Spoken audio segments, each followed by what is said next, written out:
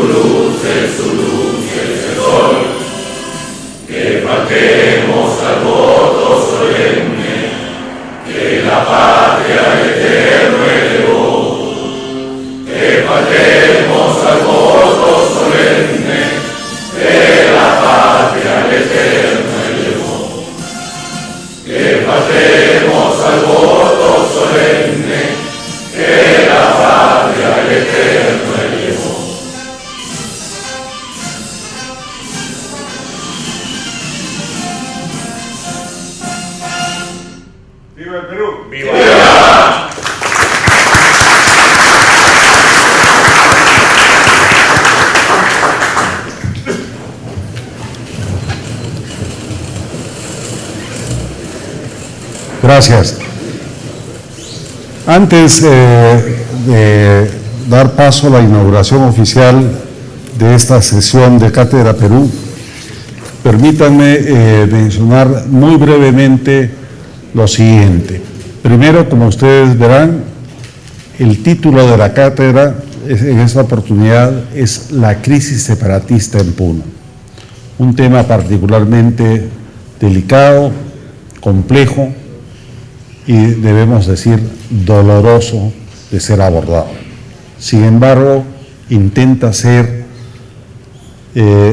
una respuesta, una reflexión académica frente a todas aquellas voces que plantean precisamente el separatismo y la violencia de nuestra patria. En el entorno académico escucharemos brillantes ponencias, estoy seguro, de nuestros invitados, respecto de quienes debo hacer una brevísima reseña. Comienzo con la reseña del ingeniero Fernando José Sillones Benavides. Él es ingeniero por la Universidad Nacional de Ingeniería. Estudió una maestría en Administración de Empresas en la Escuela de Negocios Wharton de la Universidad de Pensilvania. Ha sido director del Banco Internacional y miembro del Consejo Consultivo del Diario del Comercio. Fue director del Consejo Nacional del Ambiente, presidente de la Comisión de Rehabilitación y Desarrollo Sostenible de la Bahía de Paracas y director de la Junta Nacional del Algodón. Fue gobernador de la región Ica entre los años 2015 a 2018. Es además un luchador demócrata permanente. Luego, permítame decir apenas unas palabras, porque sería muy extenso mencionar la hoja de vida completa de nuestro querido y honrado expositor y amigo, el doctor Luis González Posada. Él es abogado, periodista, político y militante del Partido Aprista Peruano. Ha sido ministro de Justicia, de Relaciones Exteriores y embajador representante permanente del Perú ante la Organización de los Estados Americanos durante el gobierno del presidente Alan García Pérez. Fue legislador en el periodo 2001-2011, desempeñándose como presidente de las comisiones de Relaciones Exteriores, Defensa Nacional y como presidente del Congreso de la República. A continuación, una subida igualmente muy breve, pero impresionante, del doctor Ernesto Blume Fortini. Él es abogado por la Pontificia Universidad Católica del Perú, constitucionalista reputado y político peruano. Fue presidente del Tribunal Constitucional entre los años 2018 y 2020 y magistrado de dicha corte entre el año 2014 hasta el 2022. Ha sido miembro de la Comisión de Estudio de Reforma del Código Procesal Constitucional Peruano. También fue miembro del Consejo Consultivo de la Comisión de Constitución del Congreso de la República del Perú. Es experto en Derecho Constitucional, Derecho Procesal Constitucional y Derecho Municipal. Es autor de varios libros y diversos artículos referidos a los temas de su especialidad. Igualmente, un militante fervoroso de la democracia nacional. Finalmente, es un honor presentar a ustedes al coronel Ejército Peruano en situación de retiro, Juan Carlos Liendo, a quien muchos de ustedes seguramente ya conocen. Él tiene estudios de Estado Mayor en el Western Hemisphere Institute for Security and Cooperation en Estados Unidos y una maestría de Relaciones Internacionales en el Instituto de Gobierno de la Universidad San Martín de Porres, nuestra casa. Es socio fundador de ATOC-SAC, APURRISC, consultora especializada en la gestión de riesgos políticos. Prestó servicios a la nación como jefe del Servicio de Inteligencia del Ejército. Ha asesorado directamente en asuntos de seguridad nacional, crimen organizado, violencia social, terrorismo, narcotráfico, en operaciones de asistencia humanitaria y actividades de cooperación internacional a la Comandancia General del Ejército Peruano, al Comando Conjunto de las Fuerzas Armadas, al Ministerio de Defensa del Perú y al Estado Mayor del Comando Sur de los Estados Unidos. Hecha esta brevísima presentación, quisiéramos rogarle al señor decano de nuestra Facultad de Administración y Recursos Humanos, el doctor Daniel Varela Loza, para que haga la inauguración oficial de esta sesión de Cátedra Perú. Gracias. Muy buenas noches a todos los asistentes, agradecerles su asistencia. Quería dirigir unas palabras de parte del señor rector y del señor vicerrector, que lamentablemente por razones de fuerza mayor no han podido estar presentes, pero definitivamente reiterarles que la presencia de todos ustedes es lo que le da realce a esta reunión, obviamente con las brillantes exposiciones que ustedes van a tener. Le es muy agradable porque soy testigo desde la primera cátedra, así le hemos llamado durante 107 versiones que ha habido.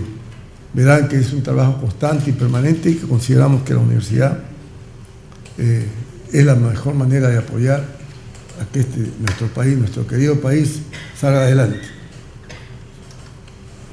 Hemos caracterizado porque este foro de debate permanente de la realidad nacional que se decidió la Universidad de San Martín de Porres, llamarla Cátedra Perú, hoy plantea un tema crucial para la nación: el problema del separatismo de Puno. Una cuestión que debe preocuparnos especialmente en las actuales circunstancias, cuando se cierne sobre el país la amenaza de inminentes y algaradas subversivas, violentistas y de posible accionar terrorista por parte de sectores de izquierda radical que propugnan la desaparición de la República Liberal, Unitaria y Bicentenaria que hemos heredado. La historia de nuestra patria realmente es azarosa y como tal imposible de resumir en pocas palabras. Pero hay una línea de continuidad que debemos explorar en torno al proceso de formación de lo que todos los peruanos queremos, de una nación sólida y coherente. Retrocediendo, en el periodo pre-inca, que llega hasta el año 1430 después de Cristo, nuestro territorio estuvo poblado primero por la gran civilización de Caral, en más o menos unos 6.000 años de antigüedad, y luego por numerosas culturas regionales que se originaron esencialmente en la zona costera y en el Ande del centro-sur. El dominio de los quechuas fue breve, pero contundente. Abarcó entre los años 1438 y 1529, logrando cohesionar a las naciones dispersas para construir un imperio fastuoso, pero asentado sobre las bases de interminables guerras y expansiones. Estas, si bien le dieron mucho poder a los gobernantes asentados en el Cusco y dominio territorial desde Pasto, Colombia, por el norte, y Maule por Chile, en el sur, jamás ofrecieron una paz estable. La conquista europea del Incanarium se inicia en plena guerra civil entre los sucesores al trono cusqueño, Huáscar y Atahualpa, por el año 1532. La ferocidad española cuenta con el apoyo en esa oportunidad y también la complicidad de los pueblos rebeldes e indómitos como el Huanca y el de los indios Cañaris, entre otros. Y hasta el establecimiento del Virreinato del Perú en 1572, se hace evidente que la gran masa poblacional sometida por los incas, calculada en unos 12 millones de personas, en realidad era un estado de superposiciones étnicas y culturales que nunca llegaron a funcionarse en una sola nación, entendida esta en los términos de ser un pueblo con vocación unitaria, de proyección conjunta en el tiempo. Posteriormente, el nuevo sistema de gobierno no es propiamente el de una conquista. Por el contrario, en el Perú se consolida un virreinato que por definición considera a nuestro territorio como una suerte de provincia de ultramar de la metrópolis.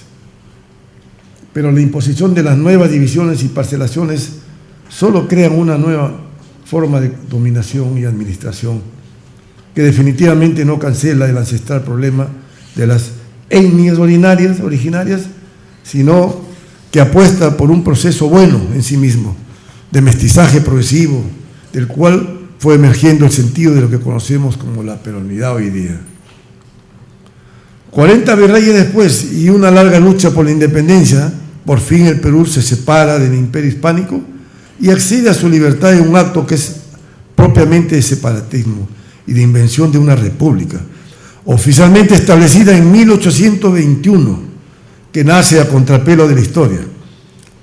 Es así, el nuevo Perú se convierte efectivamente en república, pero es hasta 1872, inclusive, que se seguía debatiendo y buscando una casa real europea para que eventualmente creara una monarquía peruana. Y del otro lado, hasta después de la derrota de los incas de Vilcabamba, hubo pretensiones de formar una realeza incaica, hispana, para lo cual no tenían mayor sentido los postulados de libertad, igualdad y fraternidad de los revolucionarios franceses del año 1789. En el siglo XIX, El militarismo y 14 guerras civiles devastaron al país, impidiendo que la República se pudiera fortalecer. Además, la infausta Guerra del Pacífico asestó una puñalada a la peronidad. En zonas especialmente aguerridas como la Sierra Central, se reaviva todas aquellas rencillas y enfrentamientos armados intercomunales.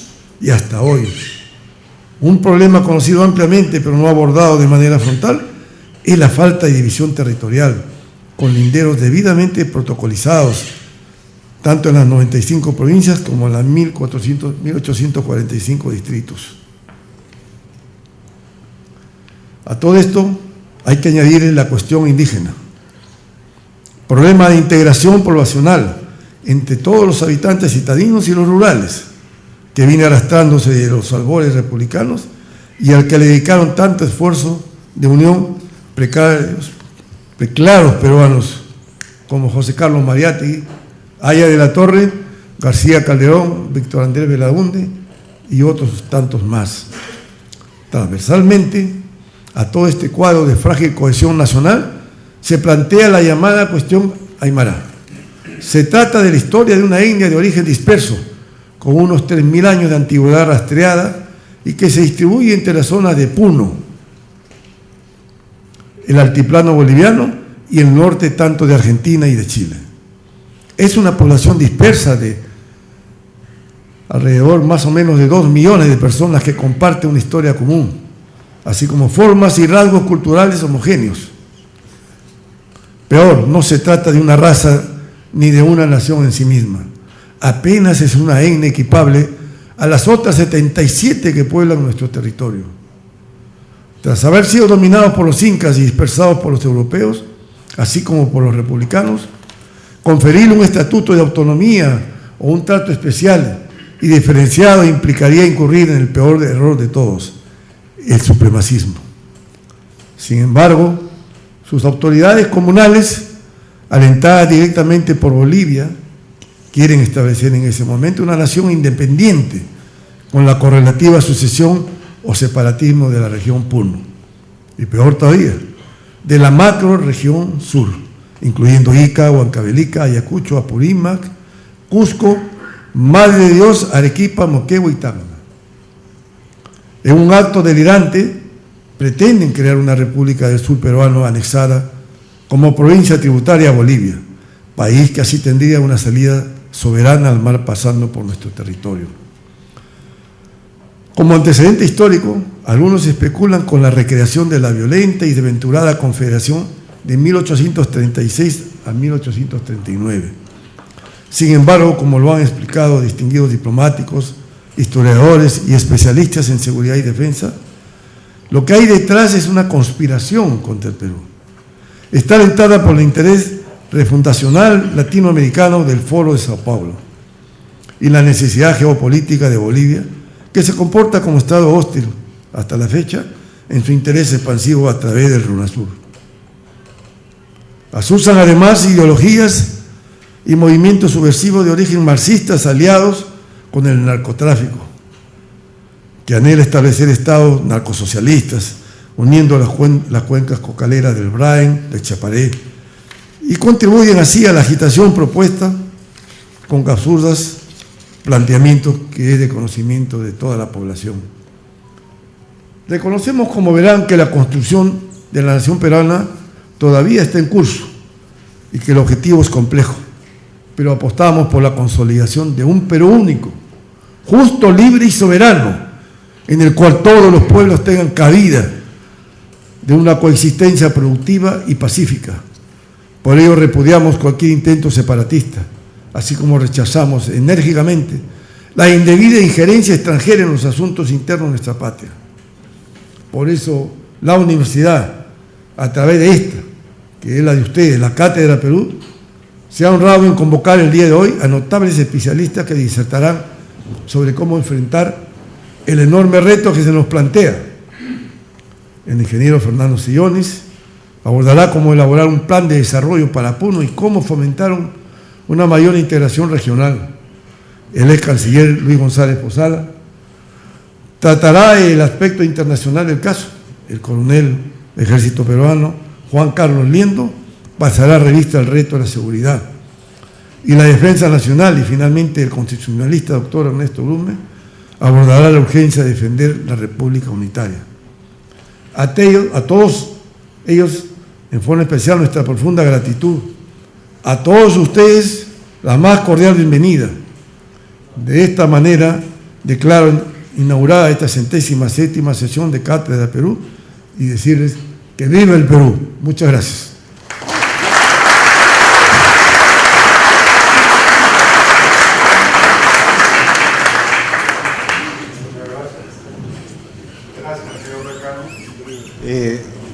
Quisiéramos invitar al ingeniero Sillones a comenzar su disertación. Mientras se instala, nuestro agradecimiento por la presencia de funcionarios del Estado peruano, por delegaciones de las Fuerzas Armadas, de nuestra Policía Nacional, de diversos municipios distritales y provinciales, así como por miembros del cuerpo diplomático, tanto peruano como de los países vecinos y amigos del Perú. Muchas gracias, y en los próximos días, a partir de 5 días en adelante, van a poder entrar. Vamos a proyectar el link para que vean toda la conferencia y la puedan repasar si es su voluntad. Gracias. Muchas gracias, querido Hugo. Muchas gracias a todos ustedes. Qué bonito ser invitado para hablar del Perú, ¿no? Para hablar del Perú con amor, con respeto, con cariño, y más aún en un recinto universitario donde las ideas se plantean, se respetan, se discuten y salen conclusiones siempre positivas. Así que estamos en el espacio perfecto para hablar de nuestro país. Hablar del Perú hay que hacerlo con franqueza y hay que hacerlo con firmeza. Eso lo aprendí en Ica cuando me tocó ser gobernador regional entre el 2015 y el 2018. Y el separatismo puneño, que para mí es una aventura irresponsable, como seguramente va a quedar claro después de un par de horas, es producto de dos problemas muy serios que tiene nuestro país, que es la corrupción, en primerísimo lugar, y derivada de la corrupción, la inoperancia del Estado. Dirán que estoy obsesionado con el tema, pero a más vueltas, más coherente, más consistente es mi conclusión. La corrupción nos está llevando al abismo, y una expresión de la crisis, una consecuencia de esta terrible corrupción o podredumbre, como lo llamaba el gran Basadre, es la pretendida separación de Puno de nuestro país. Y me adelanto, ¿no? Puno separado del Perú sobre nuestro cadáver, ¿no? Es imposible darle la más mínima esperanza a que se concrete esa absurda pretensión. Pero sigamos con la elaboración de la argumentación. Tenemos un Estado, y me refiero a Estado central, y sobre todo estados regionales y locales, que no inspiran autoridad. Han visto cómo maltratan a los ministros cuando van a Puno, ni los atienden, los gritan, los apedrean, le hacen pifias, no pueden ni siquiera hablar. Es un Estado que no tiene autoridad. Y no es que el iniciador de la falta está en Puno, el iniciador de la falta está arriba en el Estado. Se han hecho despreciar muchas de nuestras autoridades. Y cuando no hay autoridad, no hay respeto. Entonces estamos en problemas. Nuestro Estado no tiene autoridad y muchos peruanos no le tenemos respeto. Así que haríamos bien en corregir ese vicio que, en mi opinión, es la madre del cordero, ¿no? La madre de nuestros problemas está en lo moral, no en lo constitucional, no en lo presupuestal, no en lo personal, está en el alma, ¿no?, de algunas y no pocas autoridades corruptas y por ende inoperantes, ¿no? Entonces, hay muchos peruanos que sienten que no tienen nada que perder y por eso salen estas iniciativas disparatadas. Me han pedido hablar de lo que se puede hacer en Puno para su desarrollo. Puno es una maravilla, ¿no? Los que conocemos Puno en detalle, admiramos Puno. Sin embargo, teniendo esa maravilla que se llama el Titicaca, no tienen agua. No tienen agua. Hoy día se están pelando de frío y todos los años, a partir de junio hasta septiembre, se pelan de frío, ¿no? Y todos los años es la misma historia. Y todos los años el periodismo da cuenta de la helada, ¿no? Y la helada es brava. Hay que vivirla para sufrirla y conocerla. Es bravísima. Nosotros nos quejamos de falta de agua en Ica. Ay, ya quisieran ver los iqueños y paisanos lo que es la verdadera falta de agua que se vive en la sierra y combinada con el hielo. Esa es la helada brava. En Ica la falta de agua la corregimos con pozos, con reservorios, las plantas no se mueren, no pasa nada. En Puno y en la sierra, sobre todo la Sierra Sur, se mueren los animales, el pasto se seca y la gente tiene que emigrar. Salen de Puno porque se vuelve invivible en esta época del año y se van de su casa porque no pueden vivir. Y eso tiene solución, ¿no? El abrigo, hay ropa hoy día en el mundo, ropa ligera, ¿no?, sintética, que evita morirse de frío. Y por supuesto hay tecnología para construir casas aisladas, dignas, ¿no? Y hay tecnología para hacer agricultura en zonas heladas. Y eso se llama viveros. Viveros. Yo conozco de esa tecnología y es muy sencilla. Ustedes han escuchado mucho del efecto invernadero. El efecto invernadero es cuando las nubes evitan que se van las nubes, en consecuencia se enfría. Por eso es que hay frío ahora. Y el efecto invernadero es que hay mucho calor, en consecuencia, y hay nubes, el planeta se está calentando. Bueno, lo que necesitan los puneños es tener muchos viveros para que se conserve el calor. Y eso, en vez de una nube, se pone un plástico. Y hay viveros muy pequeñitos que permiten hacer agricultura de frutas, hortalizas, todo el año, para evitar que el frío congele a las plantas. Pero lo del agua es más fácil aún, ¿no? Teniendo el lago, no debería haber problema de agua. Y bueno, con decirles que Iquitos no tiene agua potable, Pucallpa no tiene agua potable, Puerto Maldonado no tiene agua potable, teniendo un mar de agua dulce a su alrededor. Y eso es pues la corrupción, ¿no?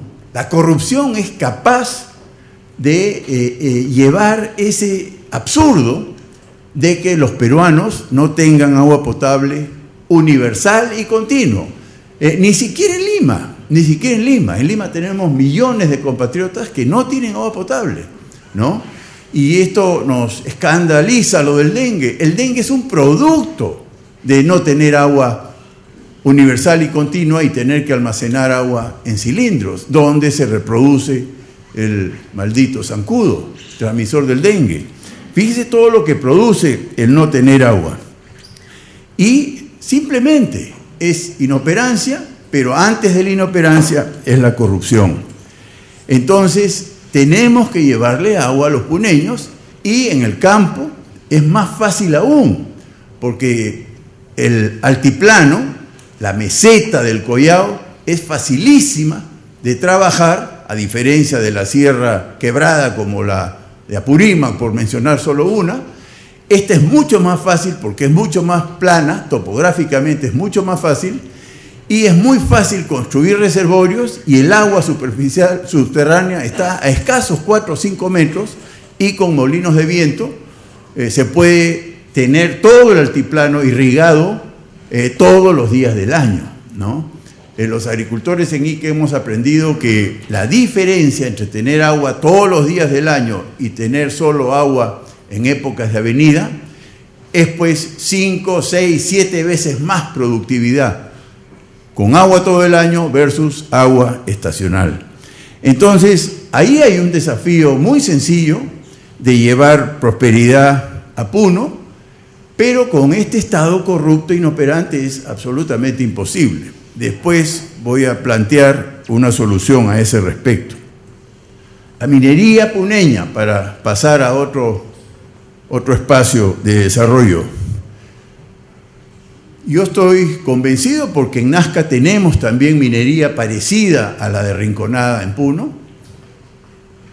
La ilegalidad o la informalidad minera, yo estoy convencido, es promovida por el Estado.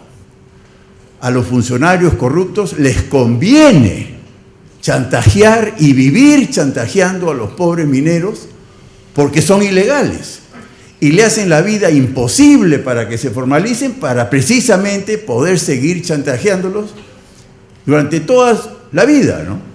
Y es bien brava la situación.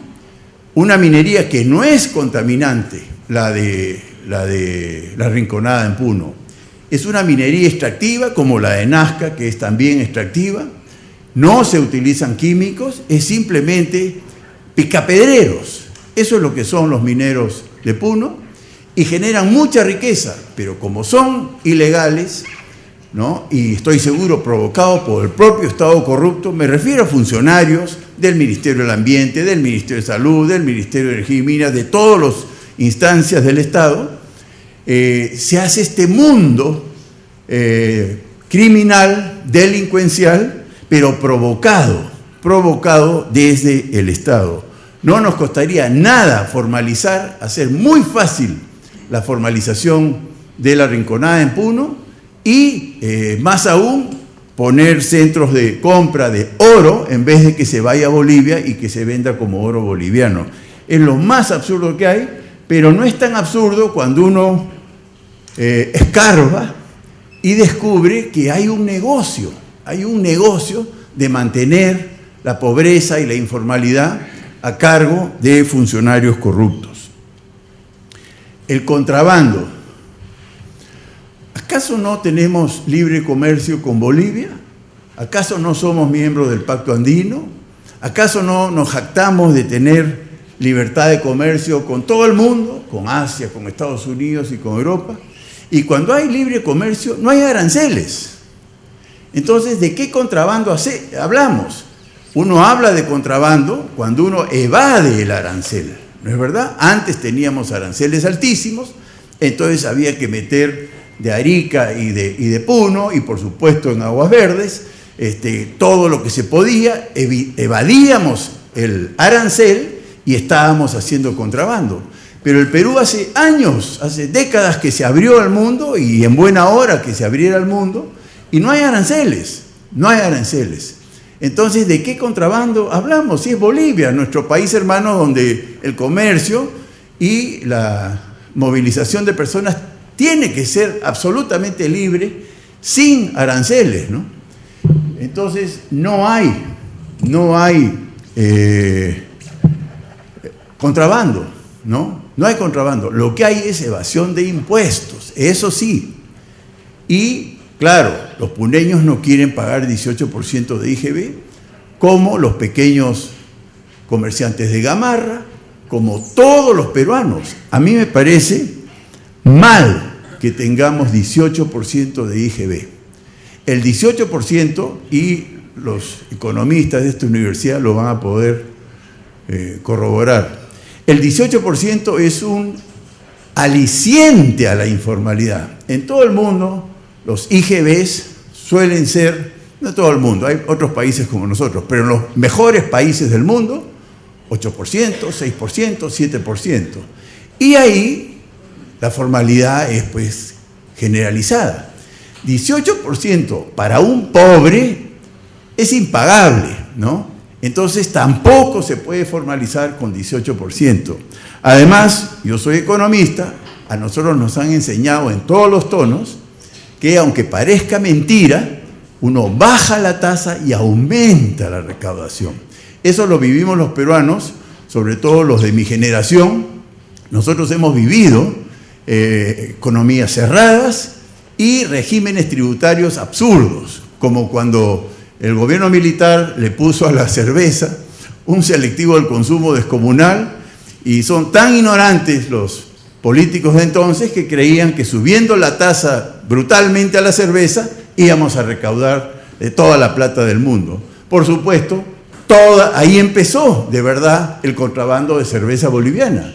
Yo conocí la cerveza boliviana precisamente cuando en el Perú se gravó la cerveza con impuestos altísimos.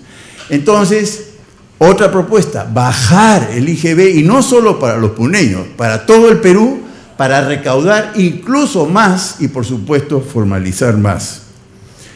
En infraestructura, Puno es una bendición. Puno es la región andina con mejor infraestructura a nivel nacional. Ahí llega uno por carretera, y muy buena carretera, y varias carreteras. Uno llega por ferrocarril, a muy pocas regiones del Perú se llega con ferrocarril. Uno llega por avión al célebre Mancocapa, que unos salvajes quisieron destruir hace pocos meses, pero es un gran aeropuerto internacional. Y tienen el lago, donde puede haber cabotaje interno. Puno tiene todos los medios de transporte y los tiene mucho mejor desarrollados que otras partes del Perú, así que en ese aspecto estamos bien. Y bueno, el turismo es pues una maravilla, ¿no? No solo la belleza natural, sino toda su cultura, todas sus fiestas. Puno es una maravilla. Y es tan maravilla que los puneños están en muchas partes del Perú.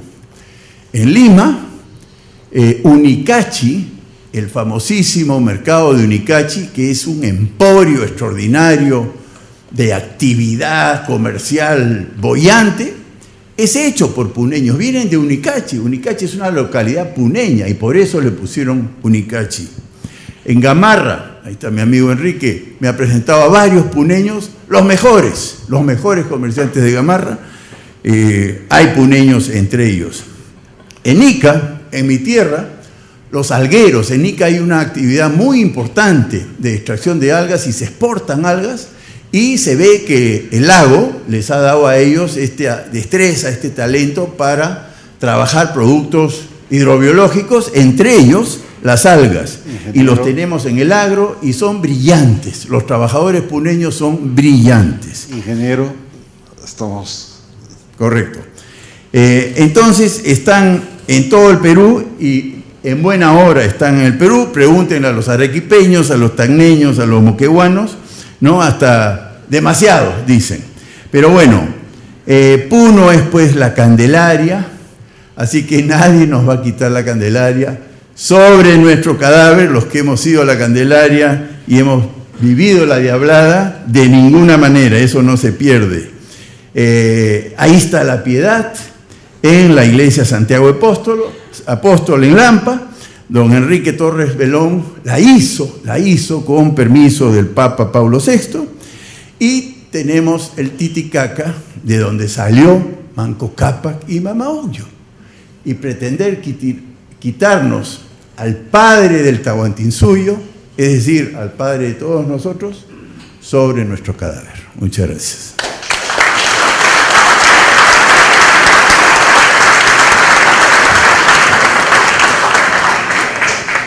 Muchas gracias al ingeniero Sillones. efectivamente sobre nuestro cadáver. Es el turno del doctor González Posada. Lo esperamos. Buenas noches a todos. Saludos a los miembros de la directiva. Como tengo escasamente 15 minutos, no voy a hacer una referencia histórica ni diplomática de las relaciones entre Perú y Bolivia, que es el tema que voy a tratar a propósito del movimiento separatista de Puno. Pero sí voy a hacer una reflexión geopolítica de lo que está sucediendo.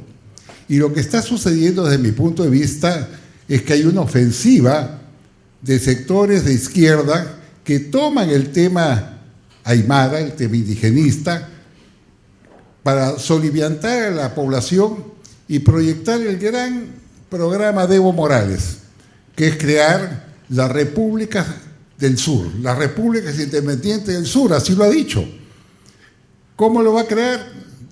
Desgarrando parte del territorio nacional, desgarrando parte del territorio de Bolivia, desgarrando parte del territorio de Chile. Entonces se constituye una república independiente, una nueva república. Ese es su proyecto, siempre lo ha sido, ¿no? Hay que conocer además las características psicológicas de Evo Morales, que es un enemigo del Perú, siempre fue un enemigo del Perú. Yo me acuerdo mucho que cuando presidí el Congreso, él hizo una declaración insólita en el sentido de que Colombia había cerrado un campamento de entrenamiento militar de las Fuerzas Armadas de los Estados Unidos y la había trasladado al Perú, a la selva, que ahí estaban, y demandó que el pueblo peruano salga a las calles a oponerse, a movilizarse, a protestar. Bueno, resulta que tanto Colombia como el Perú dijeron que la información era absolutamente falsa, que no es cierto. No ha habido ninguna base militar de los Estados Unidos en nuestro país, pero la narrativa, que es a donde voy, es lo que pesa. La gente comienza a creerla. Y si ustedes ven, por ejemplo, el último foro de Sao Paulo, que es, digamos, el gran timonel de la izquierda del socialismo del siglo XXI, ha emitido un pronunciamiento, ¿no?, que, entre otras cosas, responsabiliza a los militares y a los policías de las muertes que han ocurrido en el Perú. No dice, por supuesto, una sola palabra, que atacaron 5 aeropuertos, que volaron comisarías con dinamita, que destruyeron locales del Ministerio Público y del Poder Judicial y que encerraron al país durante 50 días, que no se podía transitar, llegando a la barbarie de atacar ambulancias para evitar que puedan llevar a los heridos o a los enfermos a los hospitales. Eso no lo dicen. No lo dicen. Dicen más bien que se está criminalizando las movilizaciones. Así dicen. Y para ser más exactos, dicen algo más. Esta gente sostiene, y leo en mi pequeña cámara, que rechazan la criminalización de la protesta social y el impedimento del derecho a movilizarse pacíficamente. Piden además que se indulte a todos los detenidos y acusan al gobierno actual, ¿no?, de traer a tropas norteamericanas para amedrentar a la población. Ahí está en las conclusiones finales del Foro de Sao Paulo. Todos ustedes saben que es una inmensa mentira. Pero el Foro de Sao Paulo le integran, entre otros, el presidente de Brasil, que juntamente con Fidel Castro en el año 1990 crearon el Foro de Sao Paulo, que es la maquinaria más política, más poderosa de todo el hemisferio. Y esas mentiras, esos discursos, van impactando en la población. Si ustedes revisan el documento, se quejan de que hay racismo en el Perú, que se persigue a la gente por el color de su piel, y en esa onda también están organismos vinculados a ella. Yo me acuerdo mucho que cuando Castillo apeló a la cláusula democrática diciendo que le querían dar un golpe. A los 20 días el que intentó dar el golpe fue él, pero mandaron un grupo de expertos. Yo quisiera que revisen el informe, donde decía que desde un principio se perseguía al presidente porque era un poblador de la sierra y un maestro pobre. Poblador de la sierra y maestro pobre, indígena, que es lo mismo que dice López Obrador en México, que es lo mismo que dice Petro en Colombia, que es lo mismo que dice Evo Morales, que agregan además que acá se ha dado un golpe de Estado contra un presidente constitucional. Entonces yo lo que voy, que esta es la gran narrativa que tienen ellos: indigenismo, persecución racial, ¿no?, pobreza, y naturalmente esos son, digamos, las grandes banderas para que la gente vaya internalizando la necesidad de liberarse de todos estos daños, estos males, constituyendo una república nueva, la República del Sur, que es el gran anhelo de toda esta gente. Pero esto no es nuevo, siempre fue así. Yo me acuerdo que en el ejercicio del cargo comenzaban a llenarnos información que venían de Venezuela aviones hacia Puno y hacia Cusco a llevarse personas pobres, personas indigentes, a que las operen de cataratas gratuitamente en Bolivia, en una clínica que se llamaba, o se llama, Doctor Ernesto Guevara. O sea, aviones venezolanos recogían a peruanos y los peruanos los llevaban a esta clínica llamada Ernesto Guevara Lynch y ahí lo operaban gratuitamente. Una descarada manipulación política, por supuesto, ¿no? Lo cual pueden encontrarlo en Google, todo eso está ahí. Pero para que usted vea la audacia de este hombre. Además, formaron varias casas del ALBA en Puno y en Cusco. O sea, esta es una infiltración larga que se ha venido tolerando y tolerando y tolerando, y han ido avanzando. Y han avanzado, en algunos casos, a niveles de barbarie, como decía anteriormente, por atacar instituciones públicas. ¿O no hemos visto acaso cómo apedreaban a los soldados? ¿Cómo le lanzaban piedras? ¿Cómo los empujaron a ahogarse? ¿O no hemos visto cómo la Policía Nacional era molida a palos y le impidieron utilizar sus armas de reglamento, que es lo que lo faculta la ley? Entonces, todos esos impulsos de violencia han ido avanzando. Y por eso quieren repetir seguramente esta violencia extrema el lunes. Pero nosotros esperamos que en esta oportunidad el gobierno entienda que la democracia es firmeza, es ejercicio de la ley, y que naturalmente la Fuerza Armada y la Policía Nacional están premunidos de respaldo del GAL para utilizar sus armamentos de reglamento cuando esté en riesgo su vida o la vida de los ciudadanos. Yo hacía estas reflexiones, pues, rápidamente. Me toca la campana,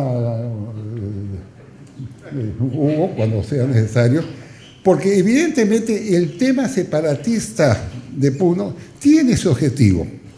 Objetivo crear una república socialista sería, evidentemente, ¿no? Por la misma característica del sujeto que la está impulsando, que es el señor Morales. Además que se pelea ya con todo el mundo. Ya no hay con quien no se pelee.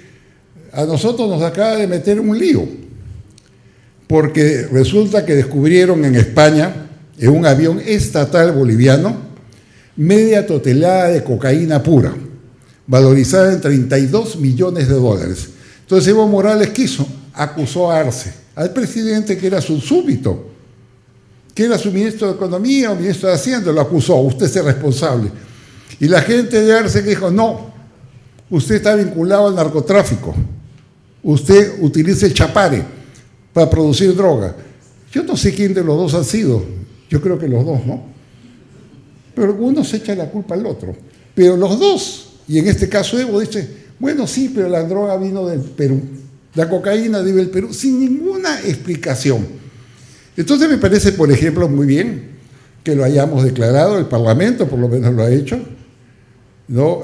Un Parlamento que podemos tener y tenemos enormes distancias, pero que ha tenido la firmeza de declarar persona no grata a Morales y persona no grata a Petro, persona no grata a López Obrador, que es lo más cerca a un psicópata, porque entre otras cosas bloqueó que nosotros asumiéramos la Secretaría pro tempore de la Alianza del Pacífico, violando tratados internacionales.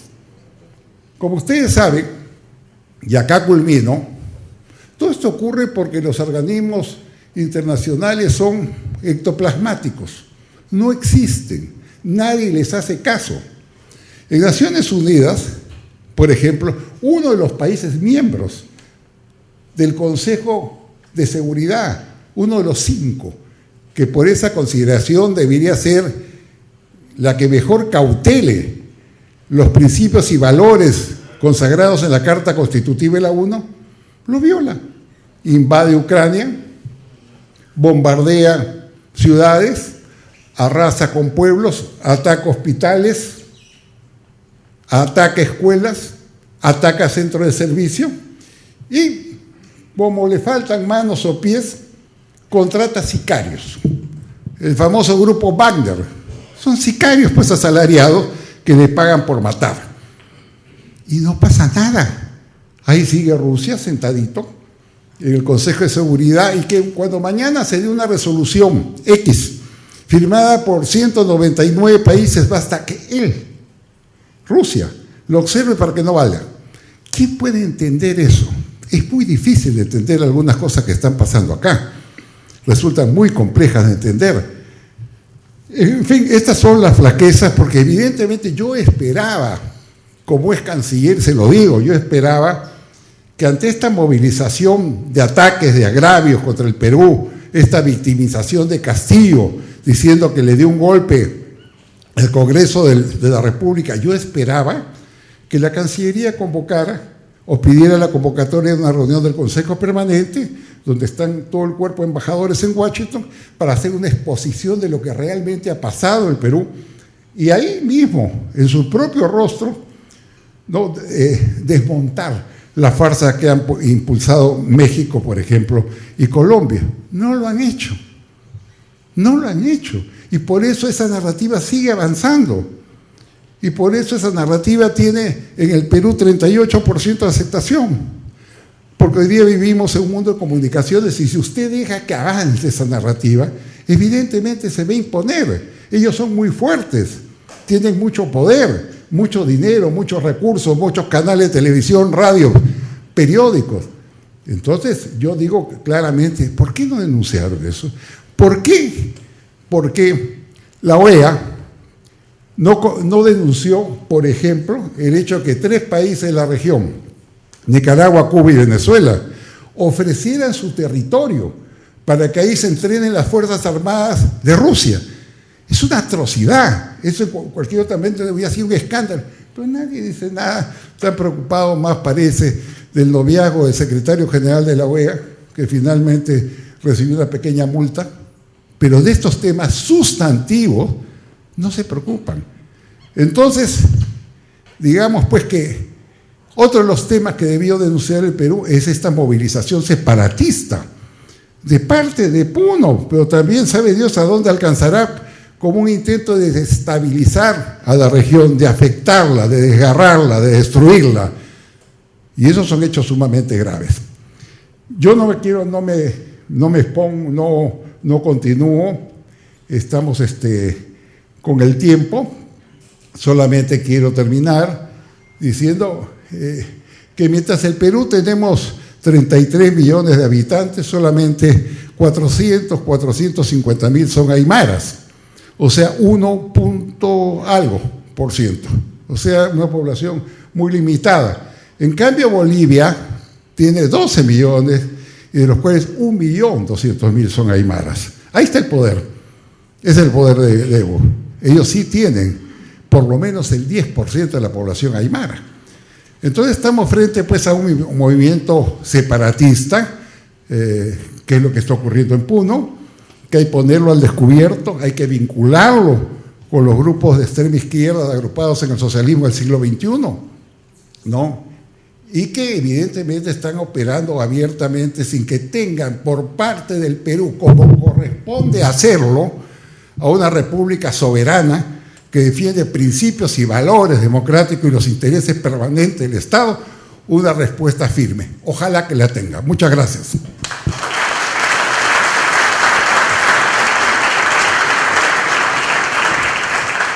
Un brevísimo anuncio. Quería comentarles que en los días subsiguientes a esta cátedra, esperamos que en el plazo aproximado de una semana, además de que la grabación va a ser subida a las redes sociales de la universidad, también se está preparando un impreso con la compilación de las conferencias que estamos escuchando. Asimismo, quiero aprovechar de volver a agradecer la presencia de las representantes de nuestra Cancillería, los representantes de la DIRCOTE que nos acompañan hoy, que están en su 40 aniversario institucional, muy especialmente la presencia del presidente de la Asociación de Oficiales Generales, el almirante Bravo Villarán, así como de todos ustedes. Por favor, coronel. Hace unos 30 minutos aproximadamente, un grupo de 50 a 60 supuestos alumnos universitarios acaban de violentar la custodia de la Universidad de San Marcos, han ingresado por la puerta número 5 y han iniciado las protestas desde el interior de la universidad. Esto nos muestra que la inestabilidad política, los tiempos de zozobra y caos que estamos viviendo, tienen para mucho más. Yo quiero agradecer al director Hugo Guerra, director de la Cátedra Perú, por haberme invitado esta noche y el alto honor de compartir tan alta calidad de paneles que nos acompañan. Muy agradecidos, espero estar a vuestra altura. Y sobre todo por la presencia de ustedes, que estoy seguro van a obtener alguna visión importante para sus respectivos trabajos en lo que respecta a la crisis separatista en Puno, ¿no? Y vamos a ver qué tan separatista puede ser, ¿no? ¿Cómo voy a enfocar esta breve exposición? El marco general, ¿no?, es un proceso político, es el proceso político. El proceso político de las sociedades lleva una dinámica propia e independiente de la voluntad de las personas y las organizaciones. Es un movimiento de poder, ¿no? Los actores que se acomodan conforme a ello o van en contra de lo que puede devenir en este proceso o utilizan el proceso para sus propios fines. Es algo que es superior a ello.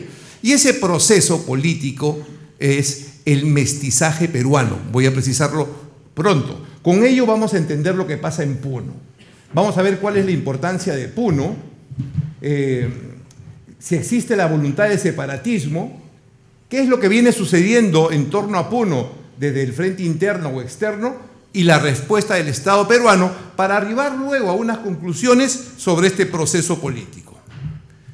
El proceso político y coyuntural del caso separatismo Puno se refiere y tiene como raíz principal el mestizaje peruano, que ya se ha indicado acá, que empieza con la conquista española sobre el imperio incaico. Desde ahí se produce una dinámica social asociada con el poder de mestizaje étnico, racial y cultural, preponderantemente cultural. Tal es así que después de 500 años, 300 de formar parte del imperio español y 200 de república, el Perú adquiere características propias, étnicas y culturales, asimilando otras etnias que vienen en las migraciones, ¿no? ¿Qué cosa defendemos entonces? Porque esta exposición la enfoco desde el punto de la defensa nacional. ¿Qué defendemos? Defendemos un proceso político propio y único, que es la formación de la nacionalidad peruana. ¿Y por qué es importante destacarlo? Porque la coyuntura externa e interna está orientada a el divisionismo, a la separación y a la fragmentación de los peruanos. Tanto desde las organizaciones internacionales, liberales y progresistas que promueven a través de una ideología de género y el respeto a las minorías, promueven la fragmentación y los conflictos internos. Y dentro del interior, las fuerzas de izquierda radical, comunistas, marxistas, revolucionarios, que utilizan esta contradicción para romper la nacionalidad peruana. ¿Qué enfrentamos? Enfrentamos el fin de la República y la construcción de otro tipo de entidad política. Entonces, ¿qué se defiende? Se defiende este proceso, ¿no? Este proceso aterriza hoy, en términos de daño al Estado peruano, en una corrupción política transnacional asociada con el crimen transnacional organizado.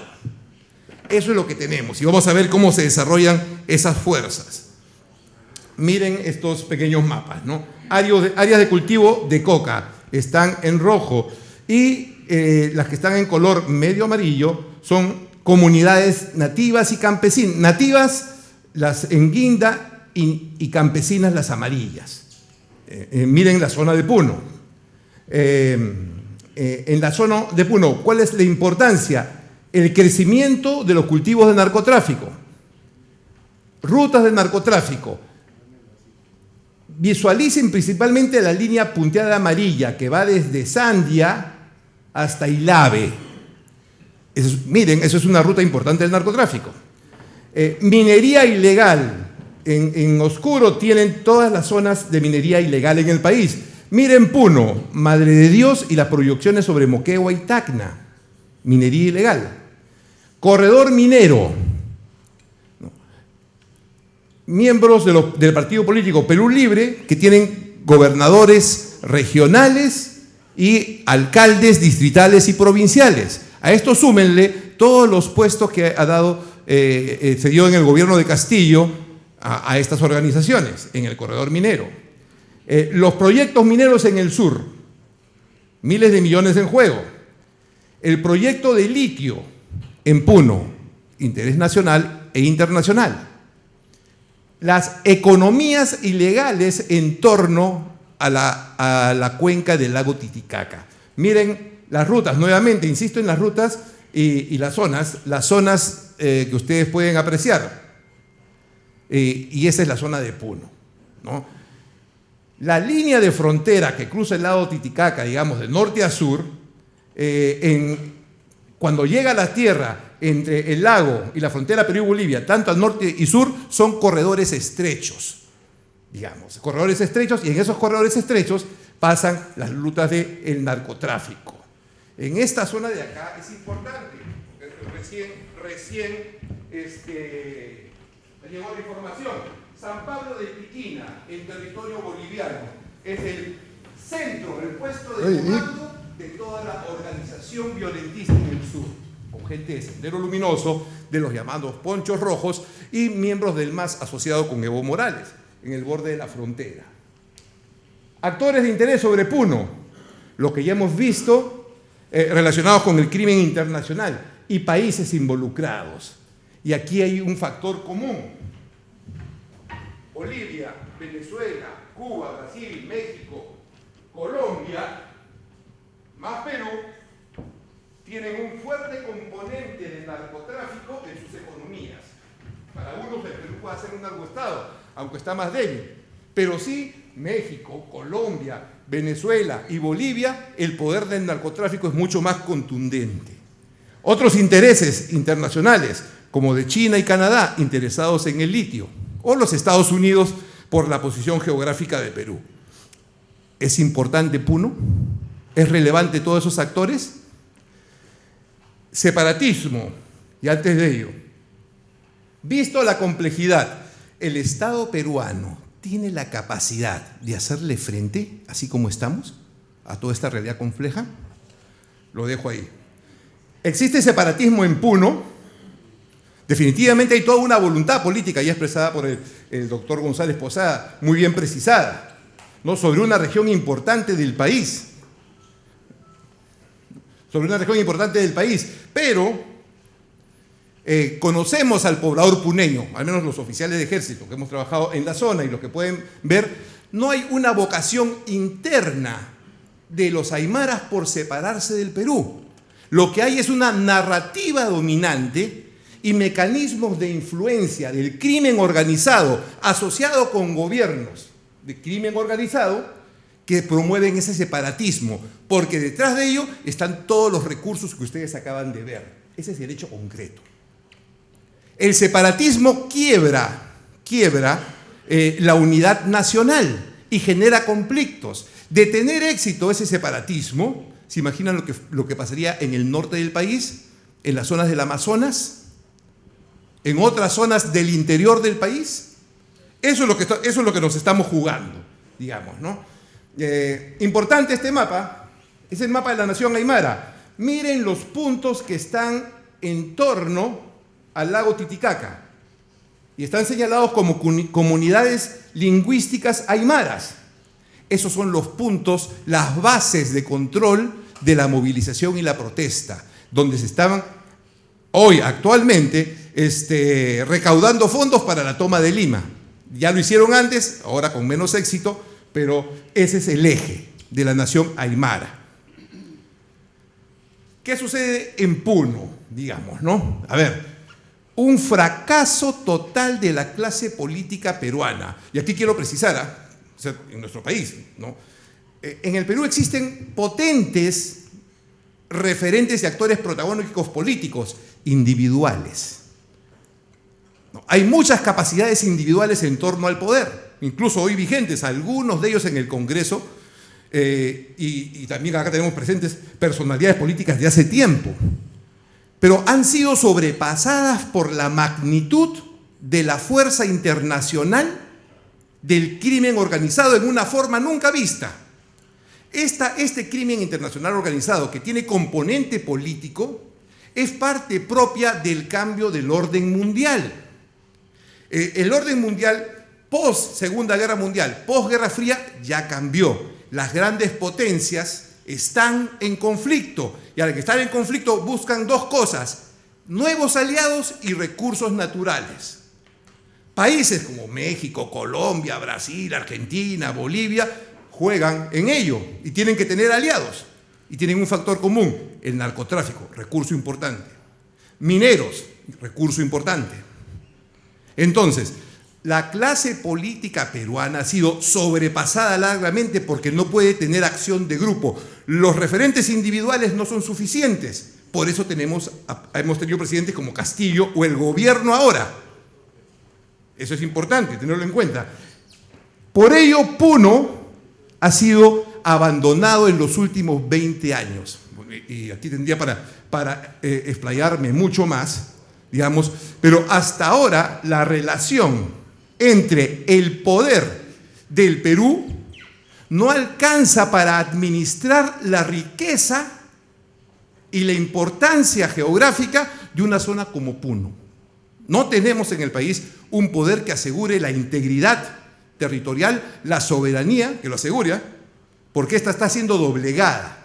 Eso es lo que está pasando en Puno. Nuestros pobladores están siendo abandonados. Hoy, con la indiferencia del Estado, la indiferencia del Congreso. Porque ahí están, no pasa nada, dice. Sí pasan cosas en Puno hoy. Sí pasan cosas en Puno.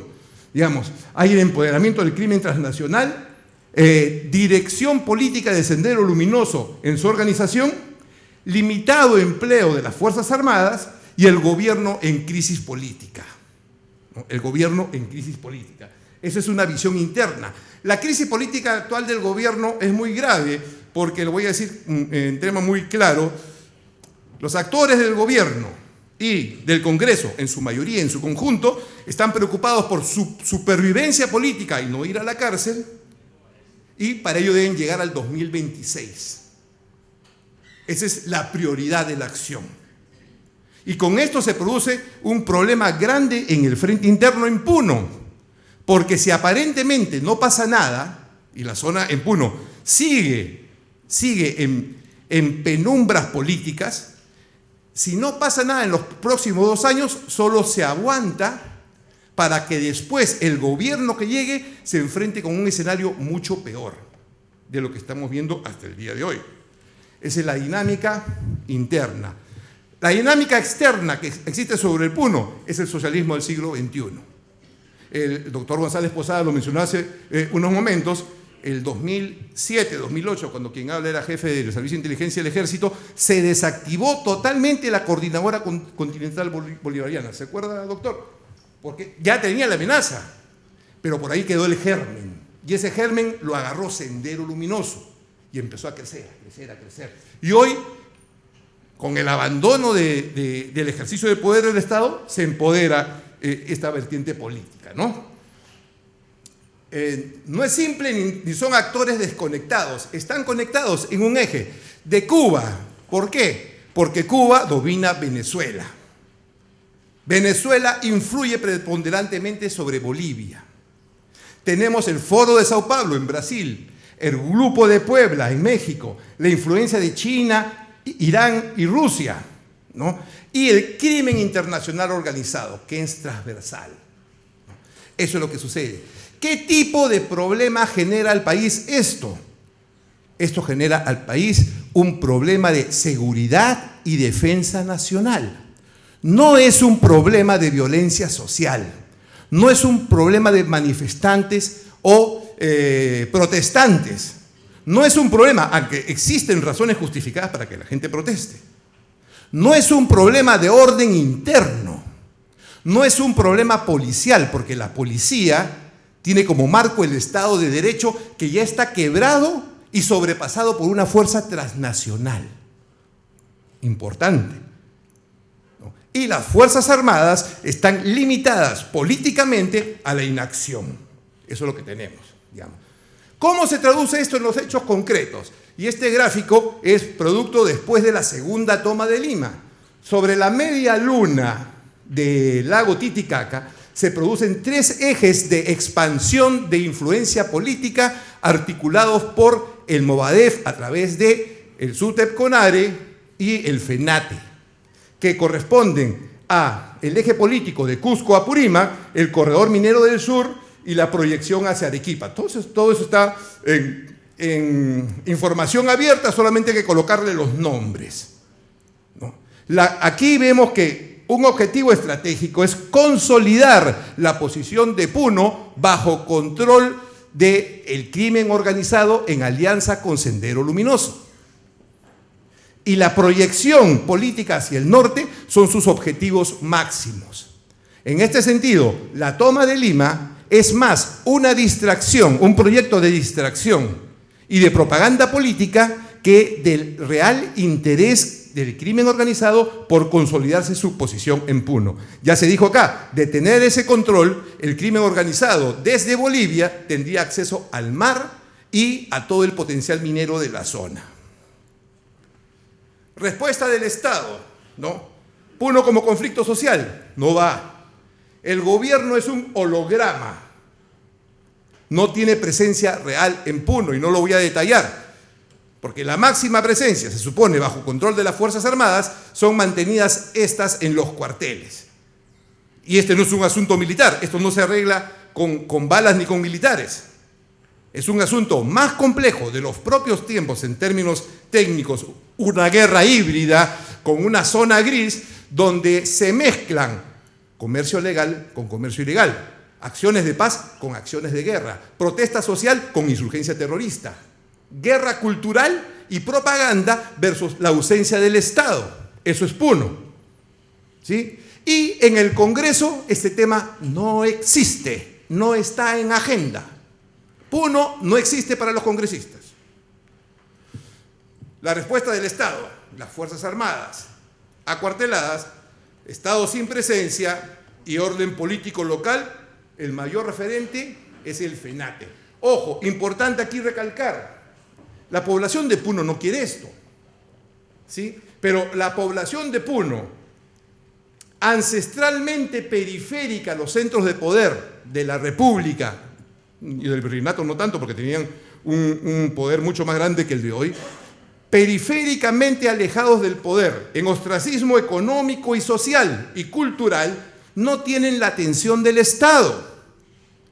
Son poblaciones, de hecho, abandonadas por el Estado. Si no fuera por la presencia de las Fuerzas Armadas o la policía, prácticamente no existiría Estado, ¿sí? Entonces, en la práctica y en los hechos concretos, la población de Puno está secuestrada por el activismo político del Neo Sendero Luminoso y la presencia del crimen transnacional organizado apoyado por los países que ya hemos visto. Conclusiones. Me reservo, digamos, el qué hacer, porque sí hay cosas por hacer, ¿no? Sí hay cosas por hacer. El proceso político que manda en el Perú el mestizaje está en riesgo por la Agenda 2030, los liberales progresistas que promueven el indigenismo, las minorías y el conflicto con el gobierno y con el crimen transnacional organizado político. En una zona de grandes recursos naturales que son codiciados en la dinámica del nuevo orden mundial para formar nuevas alianzas y tener recursos para competir o para alinearse con las potencias, con un Estado peruano incompetente, ineficiente y corrupto, el Estado, ¿no? Y con un gobierno sin voluntad de tomar acción, solo están esperando que pase el tiempo. Solución, la solución lo digo después, voy a decir ahora qué cosa no es solución. Esto no es una solución militar, no se arregla con 50.000 soldados, porque la dinámica ha cambiado. Tampoco se puede sacar hoy al gobierno, porque no existe organización política consolidada. Hay muy buenos actores, pero no hay organización política. Cualquier cambio de gobierno, nuevas elecciones, sin las reformas electorales, sin el cambio de los organismos electorales, sin reformas mínimas en la Constitución, sería repetir o empeorar el escenario, pero sobre todo por la ausencia de una organización política seria y potente que no se puede lograr porque hay demasiado genio, hay genios políticos, pero no son capaces de unirse. Pero sí hay solución y lo veo en el tiempo de la réplica. Gracias. Muchas gracias.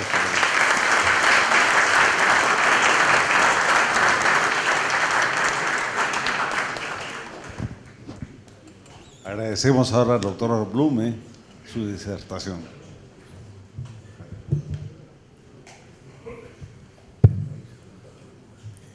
En primer lugar, quisiera agradecer muy sinceramente al doctor Hugo Guerra, director ejecutivo de Cátedra Perú, por haberme invitado a este evento académico y permitirme compartir y departir con tan distinguidas personalidades que me acompañan en esta oportunidad y contar con la valiosa presencia de todos y cada uno de ustedes. Se han dicho cosas muy importantes, muy preocupantes y muy ilustradas.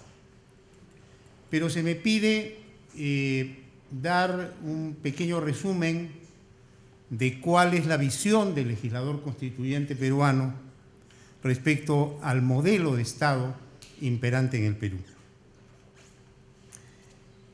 Y la premisa es considerar que la crisis separatista que se puede estar dando en Puno traduce una propuesta separatista, valga la redundancia, o sea, una pretensión de desligarse del Estado peruano para fundar un nuevo Estado. Y es evidente que esa pretensión es total, completa y absolutamente inconstitucional, porque escapa a los cánones y patrones diseñados por el constituyente.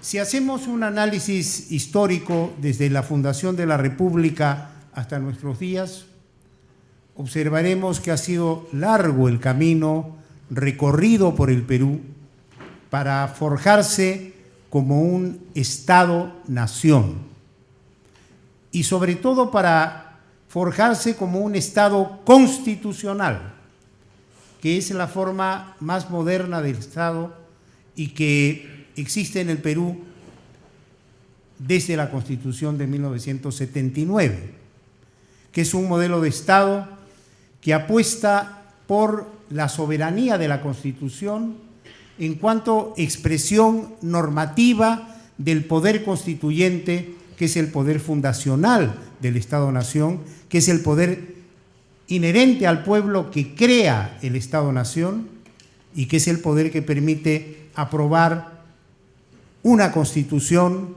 que plasma las reglas básicas de convivencia de una sociedad. Este Estado constitucional, en donde lo más importante son dos aspectos: la persona humana como fin supremo de la sociedad y del Estado, y la propia Constitución como expresión de la voluntad popular en cuanto al establecimiento de sus reglas básicas de convivencia, a sus valores, a sus principios, a sus instituciones, a sus derechos, a las reglas de ejercicio del poder. Le ha costado mucho al Perú llegar a ser un Estado constitucional. Y el Tribunal Constitucional, en varias de sus sentencias, ha señalado, y me voy a referir específicamente a una de ellas, una de las últimas, la sentencia dictada en los expedientes 1/2021, proceso competencial, ha señalado que el Estado peruano es un Estado unitario y descentralizado. Y ha señalado además que tiene un carácter sui generis, porque no es un Estado unitario puro, como se conoce en la doctrina, porque es un Estado en donde, a pesar de ser unitario, y a pesar que en el Estado unitario hay un ente nacional que ejerce la autonomía política, además de la económica y administrativa, pudiendo existir entes intermedios, pero que no cuentan con autonomía política, en el Perú los entes intermedios, las municipalidades y las regiones tienen, además de autonomía económica y administrativa, tienen autonomía política. Y ha dicho entonces, es importante enfatizar que el diseño de Estado unitario y descentralista resulta sui generis, pues dentro de un modelo de Estado unitario es conocido que el gobierno nacional es el único que ostenta autonomía política. En efecto, ha dicho, a partir de la Constitución de 1993, el constituyente peruano ha otorgado a las regiones y municipalidades, a través de sus órganos de gobierno, autonomía política, con lo que se ha inaugurado dentro del Estado peruano una modalidad especial que conjuga una autonomía política general, inherente y exclusiva del gobierno nacional en el clásico Estado unitario, con una autonomía política constreñida a los asuntos competenciales propios que se entiende como comprensiva de la gestión de sus intereses. Es decir, en el diseño constitucional peruano apostamos por un Estado constitucional unitario y descentralizado de carácter especial, que obviamente rescata los valores de la unidad nacional, los valores de la peruanidad, los valores de la concordia, los valores del respeto a las tradiciones históricas del Perú, un modelo que rescata todo lo que significa la gran gesta independentista y la lucha de este país por lograr ser un Estado de avanzada, un Estado consolidado, un verdadero Estado constitucional. Y dentro de esa lógica del legislador constituyente y dentro de este largo camino recorrido, desde la Constitución de 1823, pasando por las siguientes constituciones del siglo XIX, las de 1826, 28, 34, 39, 1856, 1860 y 1867. Para llegar luego en el siglo XX a las constituciones de 1920, 33, 79 y 93. En ese largo recorrido, el legislador apuesta por un Estado consolidado, unitario, fuerte. Y esa pretensión de nuestros compatriotas puneños colisiona abiertamente con esa pretensión del legislador constituyente, y más que pretensión, con esa aspiración del legislador constituyente que no podemos ni debemos permitir. El derecho constitucional y la historia constitucional peruana no tienen la solución a este problema, porque este problema es un problema básicamente coyuntural y de carácter político que debe enfrentarse, desde mi punto de vista, en forma multidimensional, porque son muchas las aristas y los aspectos que están en juego. Hay que apostar por una gran cruzada nacional para lograr constitucionalizar al Perú, pero constitucionalizarlo en la mentalidad de cada uno de los habitantes de nuestro país. Los peruanos tenemos que aprender a conocer, a identificarnos, a amar y a defender nuestra Constitución. Y tenemos que, mediante un lenguaje de solidaridad y de cercanía, llegar a nuestros compatriotas puneños para hacerles ver lo equivocado que están, para hacerles ver que ese no es el camino, para hacerles ver que el Perú no quiere separar ninguna parte de su territorio y no lo va a permitir. Y a partir de esa idea, darles todo el apoyo que requieran. Porque la Constitución también, al señalar que el Estado es unitario pero descentralizado, hace un énfasis especial en el aspecto de la descentralización, que implica un desarrollo integral y armónico del país, que brinde a cada peruano, en el lugar donde se encuentre, las posibilidades reales y objetivas de lograr desarrollar sus potencialidades, de lograr alcanzar las aspiraciones que todo ser humano quiere, sin tener que trasladarse a la capital de la República o viajar a otras latitudes. El Perú tiene que desarrollarse integralmente, y la falta de una auténtica descentralización y de un desarrollo armónico de todo el Perú es lo que también tiene que ver con la crisis de Puno, porque son lugares del país en donde lamentablemente el progreso y la modernidad no ha alcanzado los niveles que todos aspiramos. A esto se suma, como bien se ha dicho, que hay todo un movimiento continental, el castrochavismo, que está detrás de esto y en cuyos planes, después de haber perdido lo que pensaron que habían ganado con el triunfo de Pedro Castillo, que el Perú podía ser ya un área o un país dentro de la geografía del socialismo del siglo XXI, después de haber perdido esa posibilidad, con la implosión producida por incompetencia y corrupción en el gobierno del señor Castillo, hoy, como coletazos de ahogados, se aferran a Puno.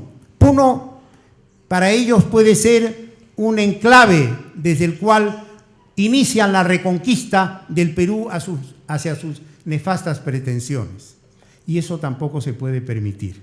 Por lo tanto, hay que hacer un trabajo conjunto, solidario, armónico, multidimensional, pero bajo la inspiración de una idea básica: la unidad nacional y la peruanidad y la identificación con nuestros principios y valores como esencia misma de nuestro accionar.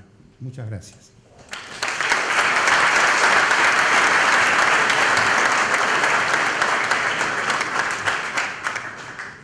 Con esta magnífica exposición del doctor Ernesto Blume, dada la hora y los compromisos antelados de algunos señores expositores, vamos a dar por concluida la 107ª reunión, la sesión de Cátedra Perú. Yo sé que quedan muchas preguntas pendientes, pero espero que todos podamos estar comunicados.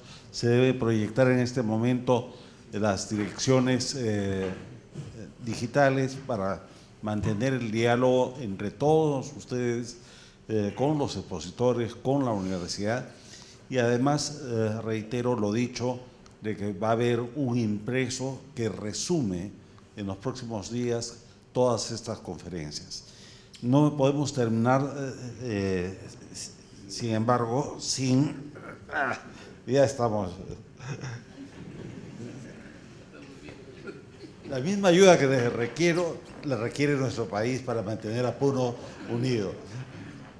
Ingeniero Fernando Sillonis, muchísimas gracias por su exposición. Querido Lucho, por favor. Doctor Blume. Doctor Coronel Liendo. A todos ustedes, muchísimas gracias por acompañarnos en esta oportunidad.